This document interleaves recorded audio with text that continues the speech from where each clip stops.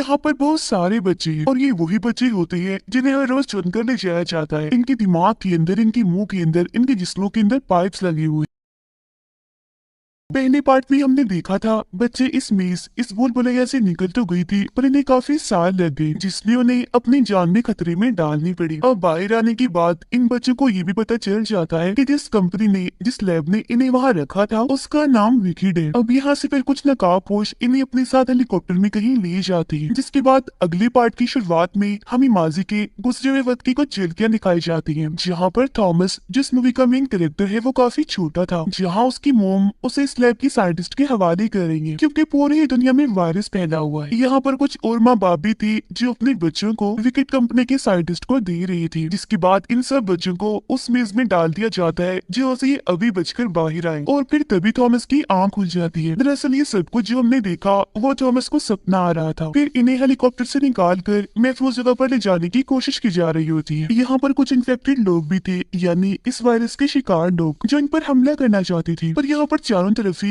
Guns वाले लोग फैले हुए हैं, इसीलिए इन्फेक्टेड लोग इनका कुछ बिगाड़ नहीं पाते। फिर ये सारे बच्चे इन्हें थॉमस और उसके साथी एक अलग जगह पर आ जाते हैं, जहाँ इनकी मुलाकात एक डॉक्टर से होती है जो इन्हें बताता है कि आप लोग यहाँ पर बिल्कुल महफूज है। विकेट कंपनी के लोग यहाँ तुम तक नहीं पहुँच सकते जिन्होंने तुम्हें मेज में डाला था, और ना ही वो खतरनाक ज़ॉम्बी इन्हें जो वायरस का शिकार हो गई है। और जब पूरी दुनिया में ये वायरस फैल रहा था तो आप सब बच्चे भी उस जगह पर थे जहाँ पर ये वायरस सबसे ज्यादा था, लेकिन हैरत, आप सब पर वायरस का जरा भी असर नहीं हुआ। इसीलिए सालों से साइंटिस्ट आपके दिमाग पर, आपके जिस्म पर ये टेस्ट कर रहे हैं ये जानने के लिए कि आखिर आपके जिस्म में ऐसा कौन सा हार्मोन है जिसकी वजह से आप पर वायरस का असर नहीं हुआ। तो इसी वजह से आप सब बच्चे खास थे तो आप लोगों को मेज में डाल दिया गया ताकि वहां रहकर आप लोगों के जिस्मों को, आपके दिमागों को परखा जा सके। और अब आप एक नई जगह पर है जहाँ पर आपको इस बात का यकीन मैं दिला रहा हूँ कि आप बिल्कुल महफूज है। अब यहाँ इनके अलावा और भी कई सारे बच्चे थे, जिस पर वो डॉक्टर थॉमस को बताता है कि वो मेज जिससे तुम भागकर आए हो वो एक लौता मेज नहीं है, बल्कि विकेट कंपनी की और भी कई सारे मेज भूलभुलैये थे, और ये वो बच्चे हैं जो तुम्हारी तरह वहाँ से निकल कर आए हैं। लेकिन अभी भी थॉमस को कुछ भी समझ नहीं आ रही थी, उसके दिमाग में और भी कई सारी बातें चल रही। तो जब ये सारे बच्चे खाना खा रही थी तो थॉमस की नजर एक लड़की पर जाती है जो सबसे अकेला बैठा हुआ था। तब थॉमस को बताया जाता है कि ये बच्चा मेज से निकलने वाला सबसे पहला बच्चा है। फिर अभी यहाँ डॉक्टर भी आता है जो इनमें से कुछ बच्चों के नाम लेता है, जिसके बाद उन सभी बच्चों को वो अपने साथ ले जाता है, जिस पर थॉमस को बताया जाता है कि हर बार इस तरह से ही कुछ बच्चों को ले जाया जाता है। शायद ये सारे बच्चे किस्मत वाले हैं, ये हमसे कोई बेहतर जगह पर जा रही होंगी। पर थॉमस को अभी भी समझ नहीं आ रही होती, उसके दिमाग में कई सारे सवाल थे। और तभी वो देखता है कि उसकी साथी जो इकलौती लड़की थी उसे कुछ लोग अपने साथ ले जा रहे हैं। तब वो जल्दी से उसके पास जाने लगता है उससे बात करने के लिए, लेकिन गार्ड्स उसे नहीं जाने देते, उसे रोक देते हैं। अब वो पहला लड़का जो सबसे पहले यहाँ पर आया था वो थॉमस को एक जगह पर लेकर जाता है और दिखाता है कि ये लैब वाले इन सभी बच्चों को एक खास जगह पर एक लैब में ले जाते हैं। और जब ये लोग रात को चुपके से उस लैब में जाते हैं तो देखते हैं कि यहाँ पर बहुत सारे बच्चे हैं, और ये वही बच्चे होते हैं जिन्हें हर रोज चुनकर ले जाया जाता है। इनके दिमाग के अंदर, इनके मुंह के अंदर, इनके जिस्मों के अंदर पाइप्स लगे हुए हैं, और इनके जिस्म से एक खास किस्म का लिक्विड निकल रहा होता है जिसे एक बोतल में इकट्ठा किया जा रहा था। अब तभी इधर वो डॉक्टर आ जाता है, इसलिए थॉमस और वो लड़का जल्दी से छुप जाते हैं। अब डॉक्टर यहाँ वीडियो कॉल पर उस साइंटिस्ट से बात करता है, यानी विकेट कंपनी की साइंटिस्ट से। थॉमस उस साइंटिस्ट को देखकर काफी हैरान रह जाता है क्योंकि उसने वीडियो में खुद को गोली मार दी थी, पर अब वो जिंदा थी, मरी नहीं थी, जिससे वो समझ जाता है कि वो सब झूठ था, उसने झूठ मूठ की गोली मारी थी खुद। और ये डॉक्टर भी उन्हीं लोगों के लिए काम करता है जिन्होंने इन्हें मेज में भूलभुलैया में बंद किया था, यानी विकेट कंपनी ने। अब डॉक्टर साइंटिस्ट को बताता है कि हमें कामयाबी मिल रही है यहाँ पर, जो जो भी हम टेस्ट कर रहे हैं। जो सुनकर साइंटिस्ट कहती है ठीक है, पर जितने भी बाकी बच्चे बचे हैं उन पर भी टेस्ट करो जल्दी से। यह साथ ही साथ वो ग्रुप का नाम भी लेती है जिसका नाम राइट हैंड होता है। कहती है कि जल्द से जल्द उन्हें भी ढूंढो क्योंकि वो ग्रुप पहले भी हमारी दो जगहों पर हमला कर चुका है और तीसरी जगह पर मैं बर्दाश्त नहीं कर पाऊंगी। जिसके बाद डॉक्टर वहाँ से निकल जाता है। और अब थॉमस भी समझ चुका था कि ये जगह किसी खतरे से खाली नहीं है क्योंकि ये सारे के सारे मिले हुए हैं। इसलिए थॉमस अपने बाकी साथियों को भी इस बारे में बताता है और यहाँ से निकलने की तैयारी करता है।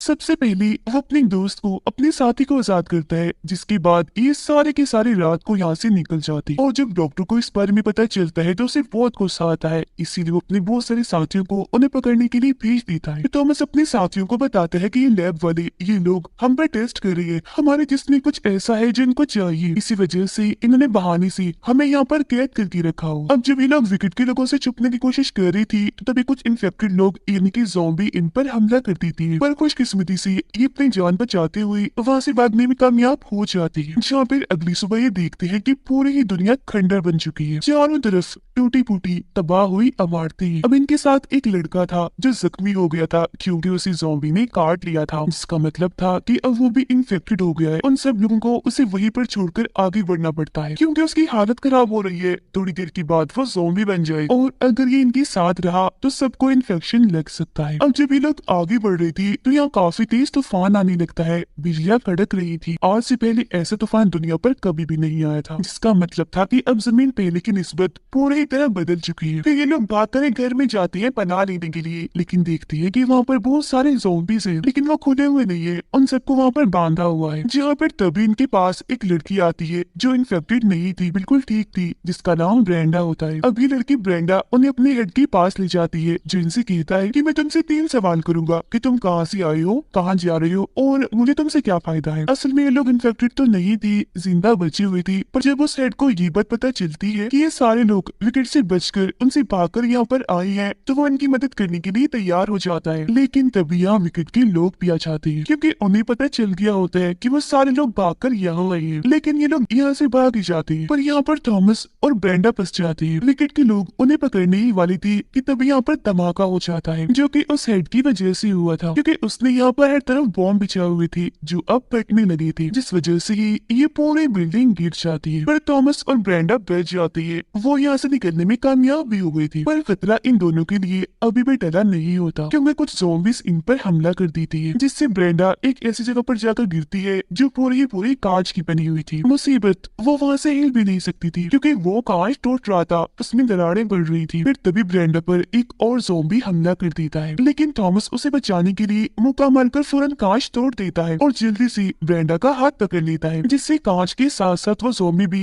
नीचे जाकर गिरता है। और अब वो दोनों यहाँ से आगे बढ़ जाते हैं, देखती है कि ज़ॉम्बी ने मेरी टांग पर काट लिया है, इसका मतलब है कि वो भी इन्फेक्टेड थी। फिर ये लोग आगे बढ़ते हैं, जगह अपने लोगों से आकर मिल जाते हैं, जिसके बाद ये लोग आगे बढ़ जाते हैं और काफी लंबा सफर तय करने के बाद इन्हें चट्टानों के बीच एक पुल दिखाई देता है जिस पर बहुत सारी पुरानी गाड़ियां खड़ी हुई थी। अब ये लोग उन गाड़ियों को चेक कर ही रही थी कि तभी इन पर गोलियां चलने लगती है, जिस वजह से ये सारे जल्दी से छुप जाते हैं। वहाँ पर 2 लड़कियां थी जिन पर गन तान दी थी। अब यहाँ इनके साथ वो पहला लड़का भी था जो सबसे पहले मेज से निकला था और ये लड़कियां भी उसी मेज की थी जहाँ वो लड़का था, तो उसे पहचानते ही ये उसके गले से लग जाती है। जिसके बाद ये बताती है कि हमें राइट हैंड ग्रुप ने बचाया, जो सुनकर थॉमस पूछते हैं क्या तुम राइट हैंड ग्रुप को जानती हो, जिस पर ये दोनों लड़कियां इन सभी लोगों को राइट हैंड ग्रुप के पास ले जाती है।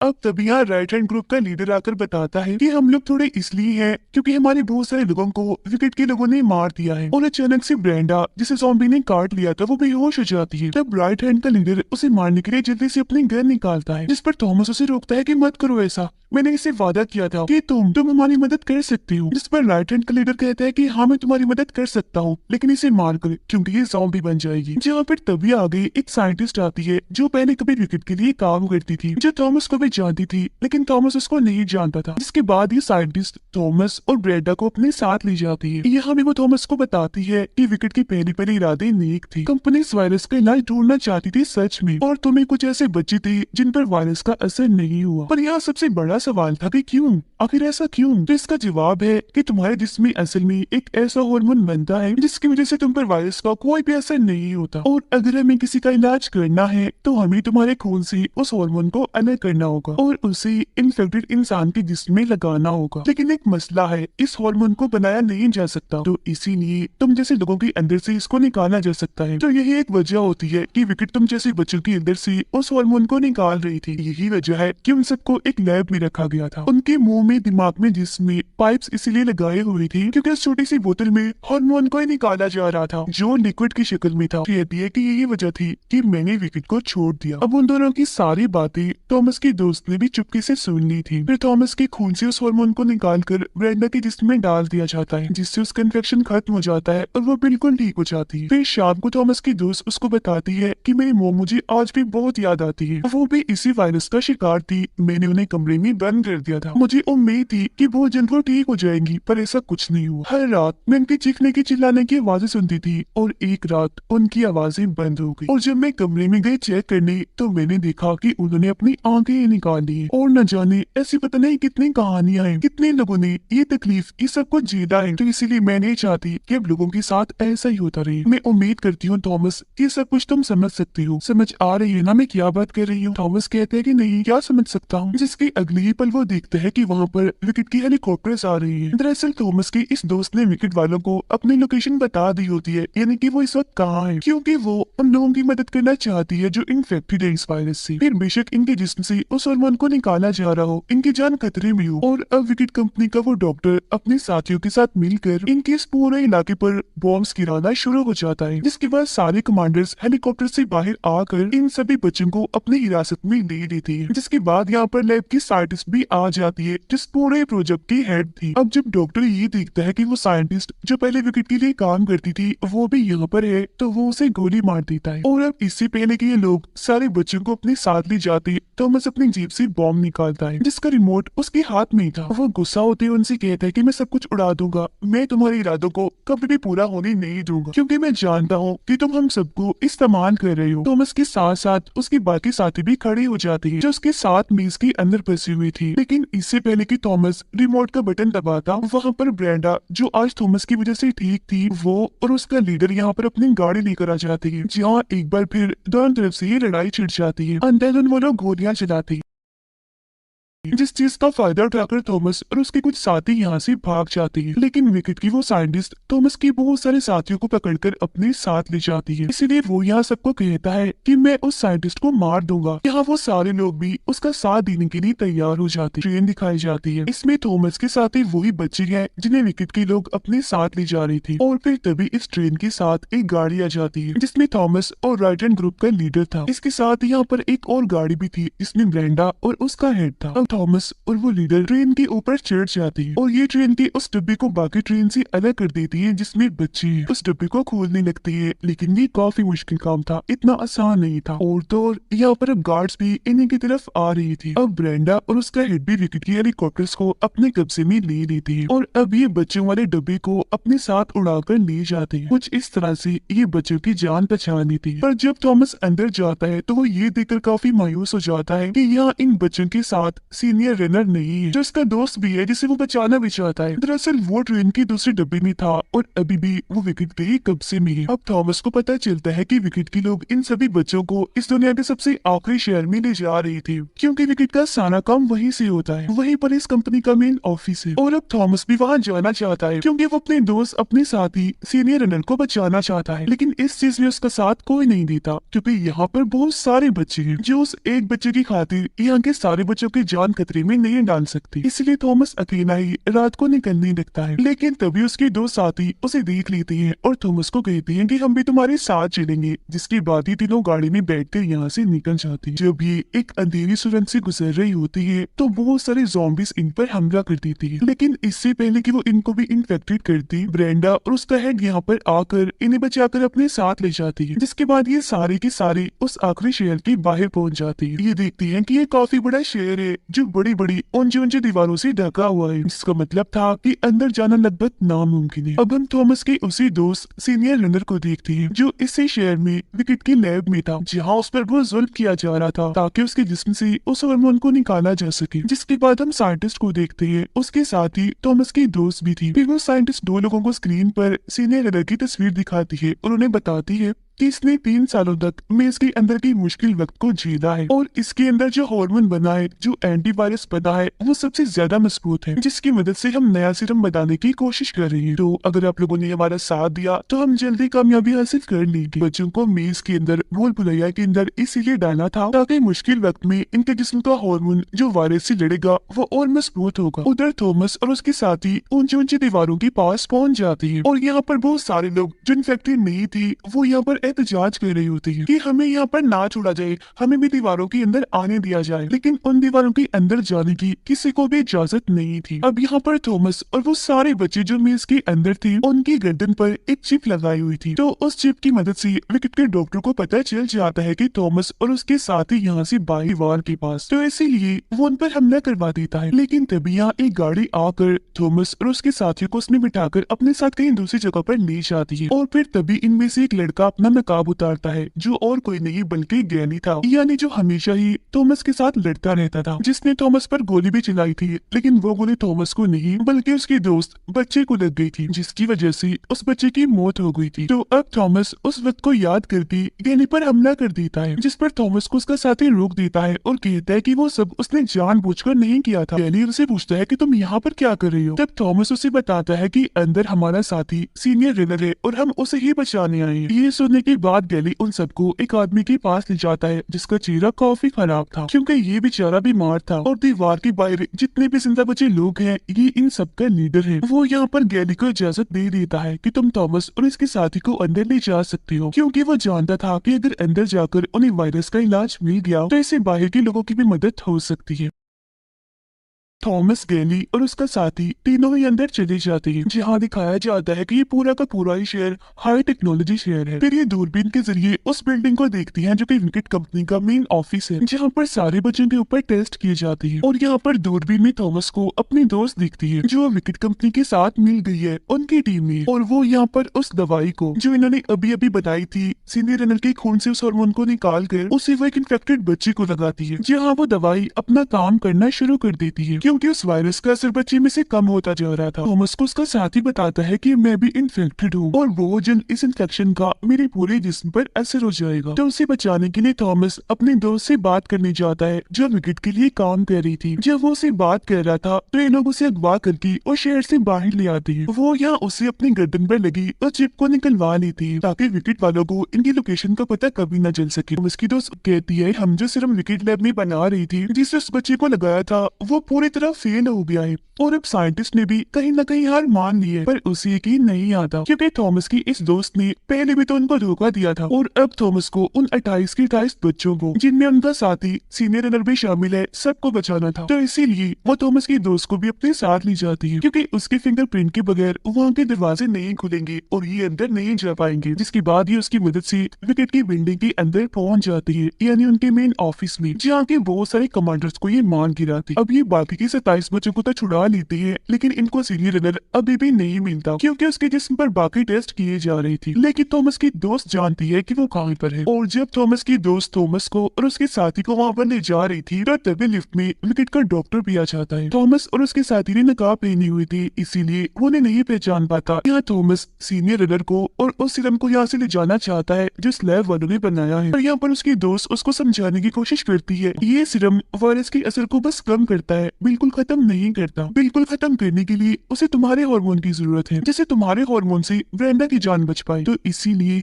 हमें और सबको तुम्हारी जरूरत है। पर उसकी बातों पर अभी भी थॉमस को यकीन नहीं आता, सिर्फ उसके धोखा देने की वजह से। मगर अब इससे पहले कि ये आगे बढ़ती, यहाँ पर डॉक्टर अपने साथियों के साथ आ जाता है, क्योंकि वो जानता है कि नकाब के पीछे और कोई नहीं बल्कि थॉमस और गैली है। लेकिन यहाँ पर थॉमस की दोस्त इनकी मदद करती है। वो शीशे के पीछे उनको धक्का देकर पूरी तरह से उसे बंद कर देती है, ताकि वो दोनों डॉक्टर से बचकर यहाँ से निकल जाए। अब यहाँ पर थॉमस की दोस्त के पास थॉमस के खून का सैंपल होता है, क्योंकि उसने जब थॉमस की गर्दन से चिप को निकाला था, तो उस कपड़े को उसने अपने पास रख लिया था, जिस पर थॉमस का खून लगा हुआ था। तो इसीलिए अब वो थॉमस के खून को टेस्ट करती है और देखकर काफी हैरान रह जाती है। फिर वो साइंटिस्ट को भी इस बारे में बताती है कि थॉमस के खून में जो हार्मोन है, वो इस वायरस को सिर्फ कम ही नहीं कर रही, बल्कि पूरी तरह से जड़ से ही खत्म कर रही है। ब्रेंडा उन 27 बच्चों को यहाँ से निकाल कर उनकी जान बचाकर शहर से बाहर दीवार के पास लाती है, जहाँ पर बचे हुए लोगों के सीनियर को होना चाहिए, लेकिन वो यहाँ पर नहीं था, क्योंकि वो तो दरअसल अपने साथियों के साथ इस शहर से बाहर बनी ऊंची ऊंची बड़ी बड़ी दीवारों के पास था। वो अपनी गाड़ी में बैठकर काफी स्पीड के साथ उस शहर के दरवाजे तक पहुंचता है। साथ ही एक बॉम्ब को वो अपने हाथ में जला देता है और फिर कुछ ही पलों में उसकी गाड़ी उस दरवाजे से टकरा जाती है, जिससे वहाँ पर काफी बड़ा धमाका हो जाता है और वो दरवाजा जो सालों से नहीं खुला, अब वो खुल चुका था। इसलिए बाहर के जितने भी लोग थे, वो सारे ही अंदर दाखिल होना शुरू हो जाते हैं।